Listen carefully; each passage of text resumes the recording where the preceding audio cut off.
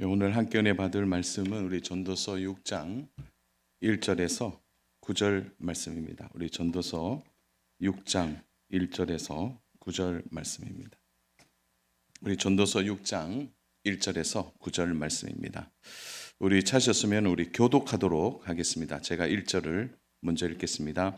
내가 해 아래에서 한 가지 불행한 일이 있는 것을 보았나니 이는 사람의 마음을 무겁게 하는 것이라.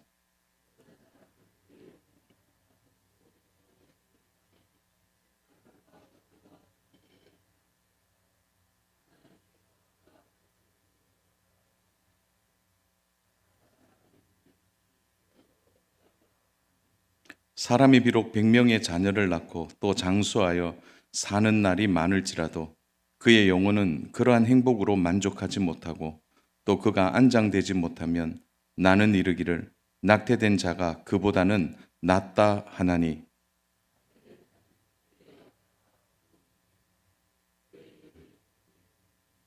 햇빛도 보지 못하고 또 그것을 알지도 못하나 이가 그보다 더 평안함이니라.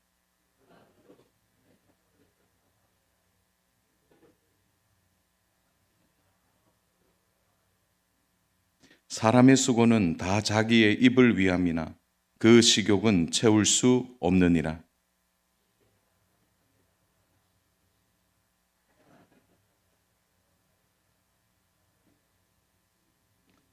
같이 9절 보겠습니다. 눈으로 보는 것이 마음으로 공상하는 것보다 나으나 이것도 헛되어 바람을 잡는 것이로다. 아멘. 오늘 1절부터 9절 말씀을 읽어보면 드문드문 이제 나오는 말씀이 좀 이해가 되지 않는 말씀들이 좀 있긴 한데요.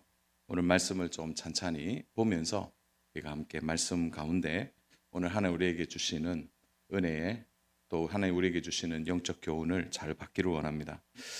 우리가 1장부터 이제 4장까지 5장까지 넘어가면서 이 전도자는 계속해서 질문하고 답을 하죠. 너희의 참된 위로자가 누구이냐? 또 너의 인생의 절대자를 알고 있느냐? 그러니까 모든 질문의 답은 이거예요. 위로자를 모르면, 참된 위로자를 모르면 세상에 그 어떤 것도 너를 위로해 줄 수 없고, 너가 참된 절대자를 만나지 못하면 너가 믿고 따르는 그 모든 것이 다 헛된 것이라는 것을 말해주는 것입니다. 전도자가 이렇게 이야기하고 난 뒤에 이제 6장, 7장, 8장 계속 이제 넘어가면서 전도자는 계속해서 거기에 대한 부분들을 반복하여서 설명하고 있습니다.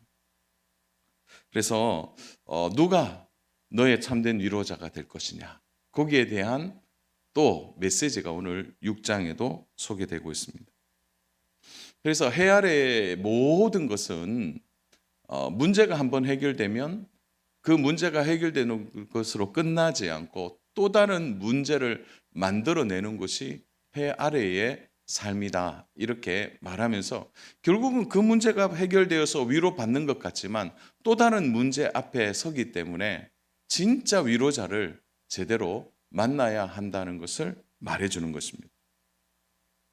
자, 우리 1절을 한번 볼까요? 내가 해 아래에 한 가지 불행한 일이 있는 것을 보았나니 이는 사람의 마음을 무겁게 하는 것이라. 사람의 마음이 무거워진다, 이제 무겁다라는 이 표현은 뭐냐면은 문제 앞에서 이제 눌려 있는 것을 의미합니다. 그러니까 마음이 편하지 않는 것이죠. 사랑하는 여러분, 우리가 이렇게 살아가면서 한 문제가 탁 시원하게 해결 딱 되고 나면 너무너무 행복한데, 근데 또 문제가 없던가요? 또 문제는 생기게 되는 것이죠. 그러니까 좀 이 문제만 좀 해결되면 좋겠다 하는데 또 다른 문제가 우리의 마음을 무겁게 하는 것입니다. 그러니까 이제 문제는 계속된다는 거죠. 전도자가 하고 싶은 얘기는 문제가 하나 해결되었다고 해서 그게 끝이 아니고 그 문제가 해결되는 그 다음에 또 다른 문제를 만날 수 있으니까 결국 길을 찾으라는 거죠. 그 문제 앞에서도 흔들리지 않는 길, 그 문제 앞에서도 마음이 요동되지 않는 길, 결국 그 길은 무엇을 의미하는 것입니까? 우리가 알듯이 바로 참된 위로자를 만나는 것입니다. 자, 전도자는 이렇게 문제가 또 생긴다 이렇게 말하면서 우리의 인생의 가장 큰 문제를 세 가지로 요약하고 있습니다. 그래서 오늘 1절부터 9절까지의 전체적인 내용의 요약을 딱 정리하면 세 가지가 나오는데요. 그 첫 번째가 소유, 재물에 대한 부분, 두 번째가 이제 자녀에 대한 부분, 세 번째가 이제 장수에 대한 부분을 이제 설명하고 있습니다. 그래서 인생 전체에 있어서 그 문제를 들여다 보았더니 그 문제의 원인들 중에 가장 큰 세 가지의 원인이 있더라는 거죠. 그게 바로 소유, 자녀, 장수에 대한 부분입니다. 대부분의 인생의 문제가 여기에서 나타나더라는 거예요. 그래서 오늘은 이제 우리 이 세 가지를 좀 살펴보려고 해요. 그 첫 번째, 먼저 소유에 대한 부분입니다. 전도자는 소유하기 위하여 애쓰고 노력하는 것에 대해서 그것이 진짜 인생에 도움이 되느냐, 그렇지 않다라고 결론으로 내고 결국은 그 소유를 위해 살아가는 그 삶은 낭비하는 삶이라는 부분을 밝히고 있습니다. 여러분 1절에 보면 내가 해 아래에서 이렇게 나오죠. 요 해 아래라고 표현하는데 이건 전도자가 말하고 싶은 것은 뭐냐면 모든 인생이 어디 아래 있습니까? 해 아래 있거든요. 그런데 해는 또 다른 의미를 하나 부여하죠. 사랑하는 여러분, 해는 우리가 딱 보면 해가 뜨고 지는 것을 보면서 우리는 뭘 느낍니까? 하루에 뭘 느끼죠? 뭐가 지나가는 겁니까? 시간이 지나가는 것을 느끼는 거예요. 그래서 해 아래에 인생이 있고 해 아래에 짧은 인생을 사는, 그러니까 이 시간의 개념으로 놓고 보면 존재론적으로 보면 굉장히 우리 자신은 해 위를 갈 수 없고 시간을 벗어날 수 없는 연약한 존재라는 것을 해 아래라는 표현 속에 전도자는 딱 담아내고 있습니다. 그리고 인생과 해를 연결시키는 거죠. 그래서 이 얘기는 굉장히 우리에게 중요한 메시지를 주죠. 왜냐하면 해라는 것이 너무 짧기 때문에 그렇습니다. 오늘 아침에 시작하시고 오늘 저녁에 이 자리에 올 때 하루가 길었습니까? 짧았습니까? 오늘 대답 안 하기로 작정하시고 하루가 길었습니까? 짧았습니까? 짧았죠. 아침에 눈 뜨고 훅 하면은 이제 시간이 저녁이 딱 되어버렸습니다. 그래서 그 어르신들이 표현할 때 인생은 속도다 이렇게 말하는데 우리 자주 쓰는 표현이 있잖아요. 시간이 너무 빨리 간다. 60이 되니까 60km로 가고 70이 되니까 70km로 가고 그리고 우리 교회에 90이 넘은 이제 성도님들이 계시는데 그분들은 막 90km로 가는 거죠. 시간은 얼마나 빨리 가는지 모릅니다. 이 전도자는 해 아래라는 이 표현을 쓰면서 이렇게 짧은 시간인데 이렇게 짧은 인생인데 그게 탁 던지는 거죠. 너무 소유하려고 애쓰지 말라라는 거죠. 너무 그 짧은 인생에 너의 목적이 재물과 소유하는 것에 모으는 것에 시간을 낭비하지 말라라는 메시지를 1절에서부터 이미 우리에게 던지고 있는 것입니다. 그래서 오늘 1절에서 해 아래에 불행하다라는 거죠. 우리 인생 자체가 이렇게 짧은 인생이고 해 위를 벗어날 수 없는 이 인생 자체가 불행한 것. 그렇다고 해서 굉장히 냉소적이다 그렇게 보시면 안 됩니다. 그래서 정확한 지적을 전도자가 하고 있는 거죠. 그러면서 우리의 마음을 너무 힘들게 하는 주제가 있는데 그것이 바로 소유인 거죠. 재물입니다. 사랑하는 여러분, 우리 2절을 같이 한번 읽어보겠습니다. 오늘 2절을 좀 눈여겨보셔야 됩니다. 같이 읽습니다. 어떤 사람은 그의 영혼을 바라는 모든 소원에 부족함이 없어 재물과 부요와 존귀를 하나님께 받았으나 하나님께서 그가 그것을 누리도록 허락하지 아니하셨으므로 다른 사람이 누리나니 이것도 헛되어 악한 병이로다. 자, 이 말을 좀 어름직 해석이 되겠습니까? 그래서 열심히 소원을 두고 재물을 모았어요. 그러자 부요함이 생깁니다. 그리고 이 자신의 존귀함이 나타나게 되는 것이죠. 그런데 2절은 딱 우리에게 얘기해요. 내 소유, 내 재물, 내 부귀, 내 부요, 나의 존귀. 그런데 그것을 더 뜯어보니까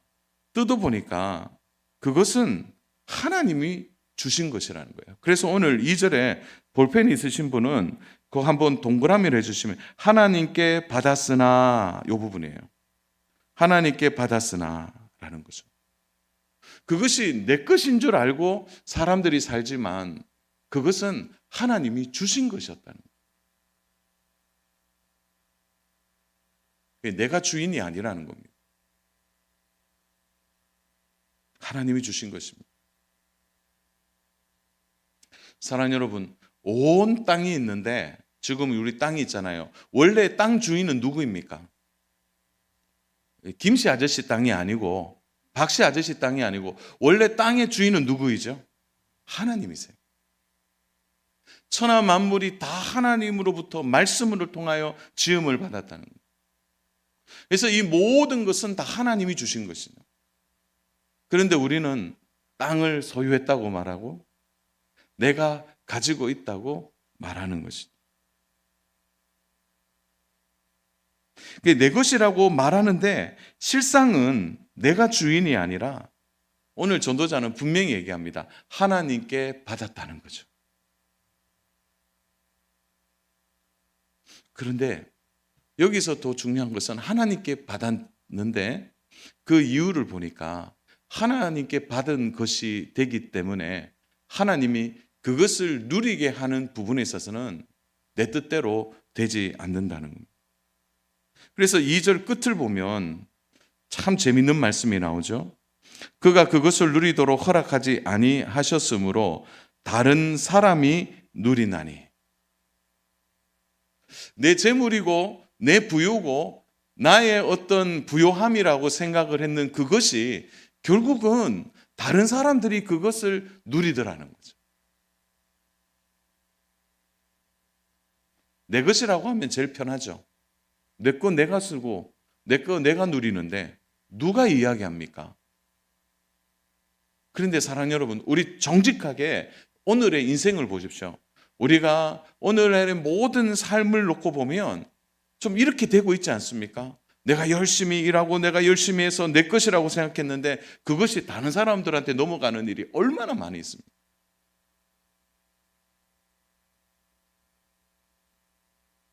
그래서 다른 사람이 누리는 이 부분이 이유가 되는 것입니다. 아, 소유는 내 것이 아니구나라는. 우리는 해 아래에서 이러한 일들을 얼마나 많이 보고 있는 것입니다. 자기의 소유라고 생각하지만 하나님이 그것을 누리도록 허락하지 않으셨다는 거죠. 그래서요, 정말 하나님의 것이라고 믿고 하나님이 주신 것이라고 신뢰하는 그런 믿음으로 하나님의 허락하심을 우리는 바라보고 살아야 되는 거예요. 하나님의 허락하심이 필요한 것입니다. 사랑하는 여러분, 하나님은 하나님의 뜻대로 사는 성도들에게만 재물을 주지 않고 그저 일반 섭리라고 말하는데 하나님을 믿지 않지만 하나님은 이 땅의 모든 사람들에게 재물을 또 부요함을 누릴 수 있도록 해주셨습니다. 그래서 이런 거 한번 보신 적 있으세요? 참 그 사람 못 됐는데 재물은 늘어나요. 또 막 속이면서 장사하는데 잘 되는 사람들이 있습니다. 우리는 이런 걸 보면서 참 마음에 속상하기도 하고 왜 저러나 이렇게 생각하기도 해요. 그러나 그런 어떤 일반 섭리 가운데 보면 그렇게 속여서 돈을 벌고 그렇게 해서 높은 자리에 올라가고 그렇게 해서 자신의 부를 누려서 어떤 의미에서 보면 다른 사람들 보기에는 야, 저렇게 해도 참 잘 사네, 부럽다 이런 이야기를 들을 수는 있을 거예요.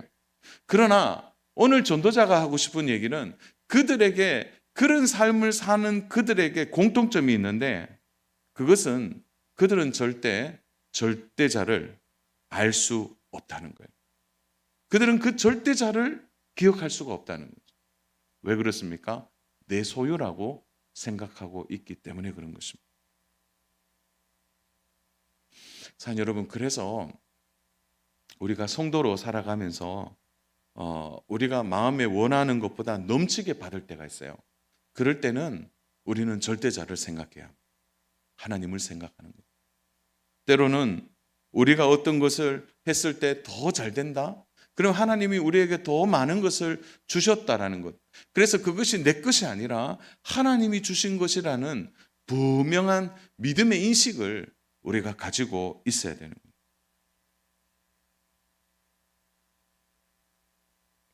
사랑 여러분, 그렇게 가지고 그렇게 소유하고 그렇게 높은 자리에 올라가는 그것으로 우리는 만족할 수 있을까요? 오히려 전도자는 결국 그렇게 하다가 다른 사람이 자기의 것을 취하는 인생의 그런 여러 가지의 일들을 직접 보면서 그 소유에 대하여 그리고 너가 가진 부유에 대해서 또 높은 자리에 올라간 것에 대해서는 너는 철저하게 절대자를 기억해야 한다는 것을 오늘 우리들에게 말해주고 있는 것입니다.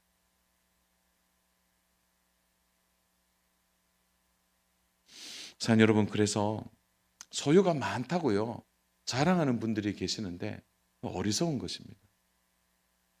내가 좀 많이 부유하다고 좀 그렇게 말하는 분들이 계시는데 그렇게 말해서는 안 된다는 것이죠.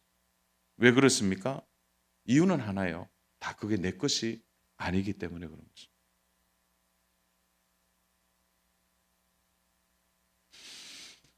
제가 어느 책에 한 글귀가 있는데 그게 어느 책에서 읽었는지는 기억이 안 나는데 너무나 선명한 글귀가 하나 기억이 납니다. 이렇게 기억이 나더라고요. 부자들은 불안하고 가난한 사람들은 불편하다. 그게 기억이 나요. 그러니까 많이 가지면 부자들은 불안하다는 거죠. 아예 없는 사람들은 그냥 불편할 뿐이라는 거예요.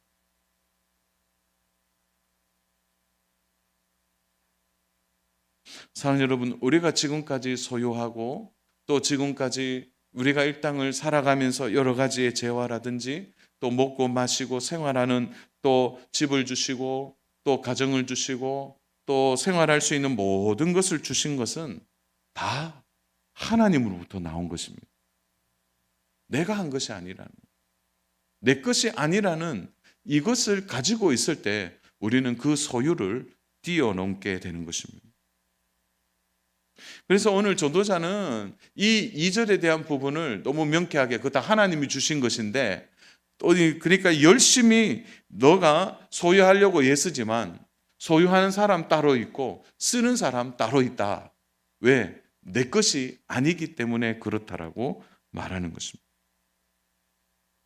그러므로 사랑하는 여러분, 우리는 철저하게 이 소유에 대한 부분에 있어서 가지는 중요한 것은 우리가 일상에서 먹고 마시고 생활하고 누리고 가지고 베풀고 이런 모든 것조차도 다 하나님이 허락하셔야 가능하다는 것입니다. 오늘 우리 시대의 가장 큰 슬픔은 뭡니까? 모으다가 끝나는 거죠. 높은 자리에 올라가려고 예를 쓰다가 끝나는 것입니다. 다들 목표는 있는데 그 목표를 달성하기도 전에 다 끝나거나 무너지는 것입니다. 그러므로 사랑하는 여러분, 이 소유가 절대 목적이 되어서는 안 됩니다. 물론 우리가 자녀 문제도 마찬가지죠. 자녀도 이것이 목적이 되어서는 안 되고 장수도 목적이 되어서는 안 됩니다. 왜 그렇습니까? 결국은 소유, 돈이 목적이 될 때 가족 관계가 깨어지고요. 하나님과의 관계가 깨어지게 되는 거예요. 사랑하는 여러분, 전도자가 오늘 하고 싶은 이 목적의 의미는 이런 것입니다. 결국은 우리가 소유한 것이 다 하나님으로부터 왔다면 우리의 목적은 어디에 있느냐? 결국은 하나님 절대자 앞에서 내가 어떻게 살아갈 것인가에 대한 그 부분이 우리의 목적이 되어야 되지. 소유가 목적이 되고 자녀가 목적이 되고 장수가 목적이 될 때 결국은 다 무너진다는 것을 말씀해 주는 것입니다. 그래서 사랑하는 여러분, 사도 바울은 우리에게 자족을 말합니다. 자족이라고 하니까 굉장히 좀 수동적인 마음이 드는데요. 자족하는 마음은 믿음이 없이는 절대 할 수 없는 일입니다. 매우 적극적인 단어입니다. 하나님이 주신 것에 대한 믿음이 필요한 것이죠. 이런 겁니다. 조금 주시면 조금 주시는 것으로 감사하는 것이죠. 많이 주시면 많이 주시는 것으로 겸손한 것입니다. 많이 주시면 그 주신 것에 두려움을 느끼고 하나님의 뜻을 구하는 믿음이 자족이라는 거죠. 사랑하는 여러분, 모으다가 끝나는 인생처럼 비참한 인생은 없습니다. 다 결국 모아두었더니 다른 사람이 가지고 가거나 써버리게 되는 거예요. 그러므로 우리는 하늘에 쌓아두어야 된다고 말씀하셨습니다. 우리의 보물은 하늘에 쌓아두는 것이죠. 이 땅에서는 결국은 쌓아두는 것이 목적이 아니라 결국은 절대자, 우리의 절대자 되신 하나님 앞에서 가장 중요한 하나님의 영광이 무엇인지를 생각하고 하나님의 뜻에 합당하게 사용하는 것이 오늘 우리가 해야 될 가장 중요한 일인 것입니다. 자신이 모아둔 평생의 것이요. 자, 그런 가정들, 그런 뉴스도 받지 않습니까? 자녀들을 못 믿으니까 다른 사람들한테, 때로는 측근들한테, 그래서요 소송이 걸리고 싸우는 일이 얼마나 많이 있습니까? 오늘 우리가 이 말씀을 대하면서 사랑하는 여러분, 우리 소유에 대해서는 정말 깊이 인식해야 합니다. 사랑하는 여러분, 이 모든 것은 다 하나님으로부터 왔습니다. 우리가 땀 흘려 수고해서 하나님이 주신 것에 우리는 자족하고 믿음으로 그것을 받아들이는 것이지, 우리가 욕심을 내고 그 소유가 목적이 되어질 때 우리는 결국 넘어지게 되는 그런 인생을 살게 될 것입니다. 그러면 오늘 이 전도자가 얘기하는 것처럼 소유에 대하여 우리는 절대자를 찾아야 할 것입니다. 그리고 그것에 우리의 목적을 두어서는 안 된다는 것입니다. 자, 두 번째로는 이 자녀에 대한 부분입니다. 전도자는 자녀 문제에 대하여 바로 이 전적으로 이 자녀 문제에 있어서도 오늘 우리가 살아가는 우리의 마음을 무겁게 하는 많은 문제 중에 오늘 우리에게 자녀의 문제가 있다라고 말해줍니다. 그리고 이 유대인들에게 있어서 이 자녀는 매우 중요한 의미를 가지는데요. 그것은 자녀, 이렇게 말하면 하나님이 주시는 축복으로 생각했습니다. 그래서 시편 127편 3절은 우리가 너무 잘 아는 말씀인데 우리 같이 읽겠습니다. 보라, 자식들은 여호와의 기업이요 태의 열매는 그의 상급이로다. 이 자녀는 하나님이 주신 상급이라는 거죠. 이렇게 하나님이 주신 자녀들이 있는데 어떤 문제가 생깁니까? 3절을 보십시오. 사람이 비록 100명의 자녀를 낳고 또 장수하여 사는 날이 많을지라도 그의 영혼은 그러한 행복으로 만족하지 못하고 또 그가 안장되지 못하면 나는 이르기를 낙태된 자가 그보다는 낫다나니 낙태된 자는 헛되이 왔다가 어두운 중에 가매 그의 이름이 어둠에 덮이니 햇빛도 보지 못하고 또 그것을 알지도 못하나 이가 그보다 더 평안함이니라. 자, 100명의 자녀들이라는 거죠. 근데 한번 여쭤볼게요. 사랑하는 여러분, 100명의 자녀를 놓을 수 있습니까? 그게 현실적으로 어려운 거죠. 그래서 이 전도자가 말하고 싶은 의미는 문학적인 표현이에요. 100명의 자녀는 진짜 많이 낳았다는 거죠. 진짜 많이 낳았다는 거죠. 그래서 이제 이 표현 자체는 이런 겁니다. 내가 다른 복보다 특별히 자녀에 대한 복을 많이 받았다. 자녀에 대한 복을 많이 받았다는 의미로 100명의 자녀를 낳고 이렇게 이야기합니다. 그런데 이렇게 노력하고 수고해서 100명의 자녀들, 그 누구보다도 자녀들을 많이 낳아서 복을 받았다고 하는 그 사람은 결국 어떻게 되는 것입니까? 우리 3절을 보시면은 3절에 보면 그의 영혼은 그러한 행복으로 만족하지 못하고 또 그가 안장되지 못하면. 이 말이 무슨 말입니까? 자녀를 많이 낳아서 그 자녀가 나를 복양하고 그 자녀가 나를 잘 돌봐줘서 마지막 노년에 가장 영광이 뭡니까? 잘 안장되는 거죠. 그런데 자녀들이 끝까지 부모님을 돌보지 못하는 거예요. 안장할 곳을 자녀들이 마련해 주지는 못하는 것입니다. 유대인 사회에 있어서 안장할 곳은 미리 다 예비가 되는데 그것을 마련하지 못하는 것은 불효 중에 가장 큰 불효입니다. 근데 100명의 자녀들이잖아요. 그 100명의 자녀들이 다른 사람들 앞에서도 그렇게 자랑할 만한 자녀들인데 그 자녀들이 전작 자기에게는 아무런 것도 하지 못하고 인생의 마지막에 안장할 곳도 마련해 주지 못하는 자녀들이 나에게 무슨 위로가 되고 나에게 무슨 도움이 되겠냐는 거예요. 그래서 자녀 문제에 있어서 특히 자녀에게 모든 것을 올인해서 그 자녀에게 모든 것을 쏟아서 그렇게 하지 말라는 거예요. 이것도 잘못 이해하시면 그냥 자녀들 그냥 놔두라 이런 표현이 아니에요. 그 자녀가 목적이 되지 말라라는 거예요. 저에게 있어서 저희 그 사촌 형님 중에 외사촌 형님 중에 정말 뛰어난 형님이 한 분 계십니다.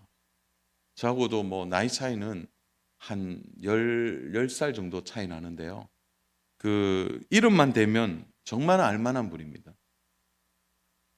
진짜 탁월한 분이에요. 그래서 자주 신문에도 왔다가 이제 올라가고 이름이 내려가고 하는 이름인데요. 제가 똑똑히 봤어요. 너무 바쁘니까 잘 솔직하게 부모님 섬기는 거 잘 못 봤습니다. 명절에 인사를 가면 이렇게 올 시간이 없는 거예요.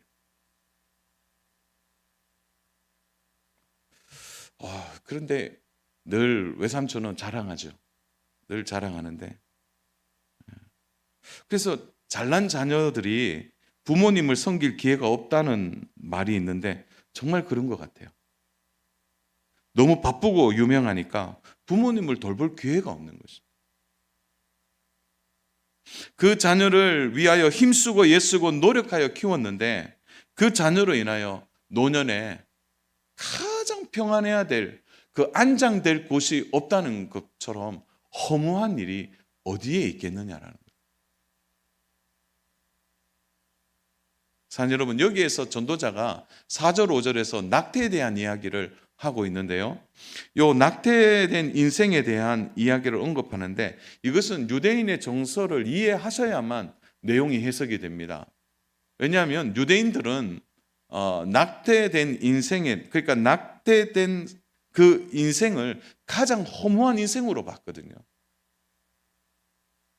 그러니까 오늘 여기서 낙태된 인생이라고 이제 낙태된 생명에 대해서 언급하는 것은 그가 햇빛도 보지 못했다 그렇게 표현하는 것은 유대인의 정서에 있어서 가장 허무한 인생이 낙태된 인생인데 그 인생보다 더 허무한 것이 자녀에게 모든 것을 올인했다가 힘쓰고 애쓰고 노력했는데 결국은 노후에 안장될 곳조차 얻지 못하는 그 인생이야말로 가장 허무한 인생이라는 것을 말하고 싶은 것이죠.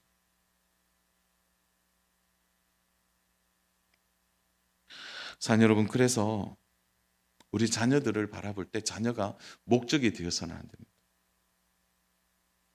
우리 자녀에게 내가 이렇게 했으니까 우리 자녀가 결국 이렇게 앞으로 나를 알줄 것이다. 나를 그렇게 할 것이다. 그래서 우리의 꿈을 대신 이루는 어떤 수단이나 또 나의 꿈을 대신 실현하는 것으로 생각해서는 안 되는 거죠. 자녀들을 주 안에서 봐야 합니다. 하나님이 주신 자녀라고 믿는다면 그 자녀가 하나님 앞에 서 있음을 우리는 믿어야 되는 거예요. 자녀들이 말씀으로 자랄 수 있도록 도와야 할 것이고, 부족해도 그 자녀를 신앙으로 세우는 일을 해야 하는 것입니다. 오늘날 우리 시대에 자녀가 우상인 경우가 얼마나 많이 있습니까? 모든 것을 자녀에게 올인합니다. 그러다가 전작 마지막 자신의 안장할 곳이 없다고 생각한다면 이것처럼 허무한 인생이 어디에 있느냐. 그러므로 전도자는 이 안에서도 또 다른 말을 하고 싶은 거죠. 그러므로 너는 자녀를 바라보지 말고 너의 위로자가 누구인지를 바라보라는 거예요. 너의 절대자가 누구인지를 깨달으라고 말하고 싶은 것입니다. 주 안에 사랑하는 여러분, 소유가 목적이 되어서는 안 되고 자녀가 목적이 되어서는 안 됩니다. 자, 우리 한 가지만 더 보겠습니다. 마지막 하나가 장수입니다. 장수. 자, 우리 6절 같이 한번 읽겠습니다. 6절 우리 같이 읽겠습니다. 시작. 그가 비록 청년의 갑절을 산다 할지라도 행복을 보지 못하면 마침내 다 한 곳으로 돌아가는 것뿐이 아니냐. 자, 여기에서 천년을 갑절로 산다는 2000년을 사는 겁니다. 2000년을. 2000년을 산다. 사시고 싶으세요? 그렇다면 살면 좋지요. 장수하면 좋습니다. 그렇게 말할 수 있습니다. 그러나 전도자가 하고 싶은 얘기는 2000년 동안 사는 것이 정말 행복하냐라는 것입니다. 그렇게 살면 행복할까요? 오래 사는 것이 행복일까요? 여기에서 6절에서 하고 싶은 이야기는 마침내 다 한 곳으로 돌아가는 것뿐이 아니냐. 마침내 한 곳으로 돌아간다는 거죠. 이 마침내 한 곳으로 돌아가는 것은 바로 인생의 끝 이후에 있는 바로 영원히 가야 할 그곳을 아는 사람과 알지 못하는 사람에 대한 부분을 지적하는 것입니다. 그러니까 2000년을 산다 할지라도 너의 인생의 끝이 무엇인지를 알지 못하면 2000년을 사는 게 헛되다는 거죠. 짧게 살더라도 어디로 가는지, 어디에서 우리의 영혼이 모이는지를 아는 그는 인생의 진정한 것을 알고 있는, 그래서 시간이 기냐 짧으냐가 중요하지 않다라고 말하는 것입니다. 아무리 오래 살아도요, 마지막 가는 길에서 절대자를 만나지 못한다? 그러면 아무것도 아닌 것이 된다는 거예요. 허무한 인생이 되는 것입니다. 그래서 전도자가 하고 싶은 것은 오래 사는 게 목적이 되어서는 안 된다는 거예요. 장수하는 것 자체가 목적이 되어서는 안 되고 절대자를 만나는 삶을 위하여 자신의 인생을 드리는 그것이 목적이 되어야 된다고 말하고 있는 것입니다. 이것이 가장 중요하다는 것입니다. 많은 세월 낙을 누리고 장수해도 결국 죽음 너머를 보지 못한다면 그것처럼 허무한 인생이 없다고 말하고 있는 것입니다. 그래서 오늘날에도 사랑 여러분, 우리가 좀 이렇게 오래 살기 위하여 참 애쓰고 또 건강을 위해서 힘쓰는 건 너무 좋은 일이에요. 그렇지만 그 장수가 목적이 되거나 우상이 되어서는 안 된다는 것입니다. 나이가 들면 들수록, 시간이 지나면 지날수록 우리는 죽음 너머를 볼 수 있는 믿음이 있어야 합니다. 우리가 어디로 가고 어디서 모이는지를 아는 인생. 그래서 초num의 이 시간 속에서 절대자를 만나는 것, 그 복되신 하나님을 만나는 일이 우리에게 중요하다는 것입니다. 자, 말씀을 정리하겠습니다. 사랑하는 여러분, 이 세 가지 이제 기억나십니까? 소유, 그 다음에 뭐죠? 자녀, 그 다음에요 장수. 물론 이 외에 식욕도 있어요. 7절에 보면 식욕은 잠시의 만족을 채우지만 그건 다 채울 수 없다는 거예요. 그래서 먹는 것에 목적을 두지 말라라는 말도 여기에서 나옵니다. 요즘 먹어도 만족하지 못하잖아요. 사랑하는 여러분, 결국은 소유나 자녀나 장수의 문제에 있어서 우리가 그것이 우리의 목적이 되어진다면 우리는 가장 중요한 영적인 의미를 놓치고 사는 것입니다. 우리는 영적인 존재입니다. 결국 우리는 소유의 목적이 있지 않습니다. 하나님이 주신 것을 자족하고 하나님이 주신 것으로 하나님의 영광을 위해 어떻게 살 것인가가 바로 영적인 삶을 사는 성도들의 중요한 목적이 되어야 하는 것입니다. 자녀 문제에 있어서도 자녀로 인하여 내가 무엇인가를 얻고 자녀가 나의 인생의 목적이 되어 거기서 행복을 찾으려고 한다면 그것도 헛된 것이 될 것입니다. 그 자녀가 하나님 앞에 바로 서서 하나님의 영광을 위해 살아가는 복된 자녀가 될 수 있도록 부모로서 그 자녀를 향하여 다함 없는 사랑과 그들이 믿음으로 자라날 수 있도록 참된 신앙에 대하여 그들에게 권면하고 그들을 사랑하고 섬기는 것이 부모의 일이 되어야 하는 것입니다. 마지막 이 장수의 문제도 마찬가지죠. 오래 사는 것이 목적이 아니라 하나님의 영광을 위하여 우리의 시간과 우리의 마음을 들여 어떻게 살 것이냐가 너무나 중요한 것입니다. 사랑하는 여러분, 소유를 많이 가져도 만족하지 못할 것입니다. 자녀를 통하여 내가 참된 만족을 얻을 수 있을까요? 내가 오래 산다고 해서 그 안에서 진정한 행복을 오랫동안 누릴 수 있을까요? 그건 아무것도 안 되는 거예요. 그러므로 오늘 전도자가 우리에게 내뱉는 이 중요한 메시지 안에서 우리는 오늘 깨달아야 하는 것입니다. 결국은 하나입니다. 사랑하는 여러분, 영혼이 건강해야 합니다. 영혼이 건강해야 합니다. 절대자를 만나야 하는 거죠. 매일마다 하나님을 만나서 우리의 소유를 점검하고 그 소유가 하나님께로 왔다는 것을 믿고 자녀와 또한 장수에 대한 부분에 있어서도 우리의 영혼이 건강하여 바르게 시대를 보고 오늘 우리의 삶을 제대로 봐서 세상 속에 흔들리지 않고 참된 하나님의 사람으로 바로 서서 세상의 유혹에 넘어지지 아니하고 참된 믿음으로 주님 안에서 자족하고 하나님을 바라보는 진정한 삶이 우리의 삶이 되어야 될 줄로 믿습니다. 이런 믿음이 우리 모든 성도님들에게 있기를 주님의 이름으로 축복합니다.